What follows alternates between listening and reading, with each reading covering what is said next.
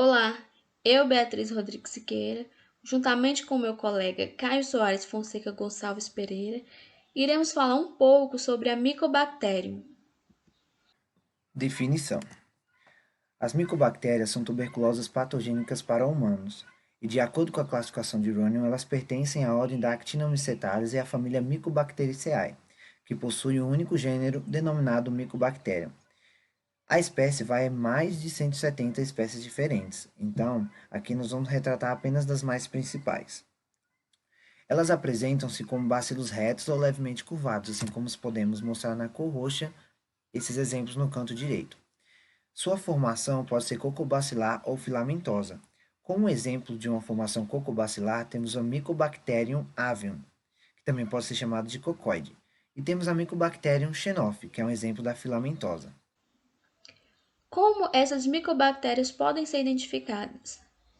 Elas podem ser identificadas através das suas características morfológicas, pela velocidade de crescimento em meio de cultura apropriado, capacidade de crescimento em meio de cultura contendo inibidores, morfologia colonial, pigmentação e reações bioquímicas e enzimáticas. Sendo que na pigmentação, essas micobactérias, elas possuem variações na produção de pigmento, e aí elas são classificadas em três grupos, sendo o primeiro fotocromogênicas, que é o pigmento após a exposição à luz, não fotocromogênicas, elas não apresentam coloração, e escotocromogênicas, que elas se pigmentam tanto no escuro quanto no claro. A identificação específica das espécies, elas podem ser feitas por diversas técnicas, sendo a mais certeira a sonda de ácidos nucleicos, que são baseados no princípio de complementariedade das fitas de nucleotídeos. E também são feitas amplificações de DNA in vitro, entre outras técnicas também que são utilizadas. Taxonomia. A classificação taxonômica do gênero Mycobacterium, elas são as seguintes. O domínio é a bactérias, a ordem é a Actinomycetes, a família é Mycobacteriaceae e o gênero é Mycobacterium. Esse gênero Mycobacteria, ela possui mais de 170 espécies. Micobactérias patogênicas. Elas são divididas em patógenos obrigatórios e patógenos oportunistas. As mais conhecidas em patógenos obrigatórios é a Mycobacterium bovis, que é causadora da tuberculose em humanos e em bovinos. A Mycobacterium leprae, que é a causadora de riciníase. Aqui, como vocês podem ver, são apresentadas alguns outros patógenos oportunistas, como a Mycobacterium ulcerans, causadora da úlcera de Buruli, Mycobacterium marinum, que é infecções cutâneas profundas, entre outras. Agora eu vou falar um pouco sobre a morfologia das micobactérias.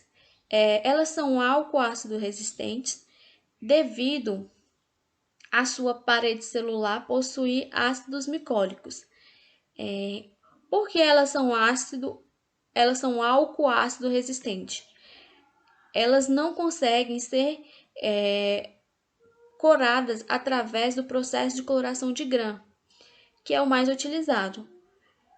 Pois a principal parte da coloração de Gram é quando é adicionado o álcool para que seja feito o descolorimento. Porém, as micobactérias não permitem esse descolorimento por causa dos ácidos graxos que possuem aí na sua parede celular. E ela também, como vocês podem perceber na imagem aqui, elas são alongadas, né? São bacilos muito finos e possuem tamanhos variáveis. Como vocês também podem perceber aqui na imagem, elas não possuem flagelos e nem cílios. Portanto, as micobactérias elas são imóveis. A parede celular ela é um pouco complexa devido a esses ácidos graxos e também pois ela possui aí sua parte hidrofóbica, né? O genoma bacteriano ele é confinado a um único cromossomo circular. Esse cromossomo circular ele é constituído por uma sequência de nucleotídeos com as citosinas e as guaninas, representando aí 65% do seu total. Aqui é uma microscopia eletrônica de varredura. Sobre a fisiologia, as micobactérias são aeróbicas, ou seja, elas sempre procuram o lugar onde há maior concentração de oxigênio. Facultativamente intracelulares, elas resistem à morte no interior dos fagócitos no sistema imunológico. Elas são bastante resistentes. Tem uma tolerância a baixas tensões de oxigênio no interior das células do sistema imunológico e de amebas de vida livre no solo e na água.